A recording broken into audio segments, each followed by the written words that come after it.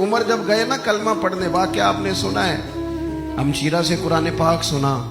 اور پھر حضرت عمر کہنے لگے نہیں بہن اب بات سمجھ میں آ گئی ہے، تو اس طرح کر، میرے ہاتھ میں باندھ لیتا ہوں، گلے میں تلوار لٹکا لیتا ہوں، میں کروں آیا سا مار مقامنے نو، ان تسی مینو مار دے لے چلو، اور مت عمر دی عمر ہی برباد ہو جائے جتھے عمر سوار دے لے چلو، لے جاؤ نا۔ دار ارقم میں حضرت عمر کلمہ پڑھنے آ رہے، دروازے پہ حضرت امیر حمزہ کھڑے،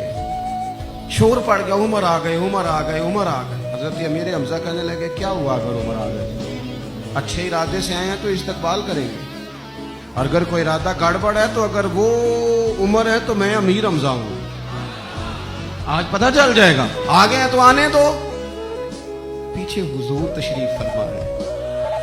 کریم بول پڑے، فرمایا حمزہ ذرا جلدی نہ کر، جلدی نہ کر، کیوں بھلا؟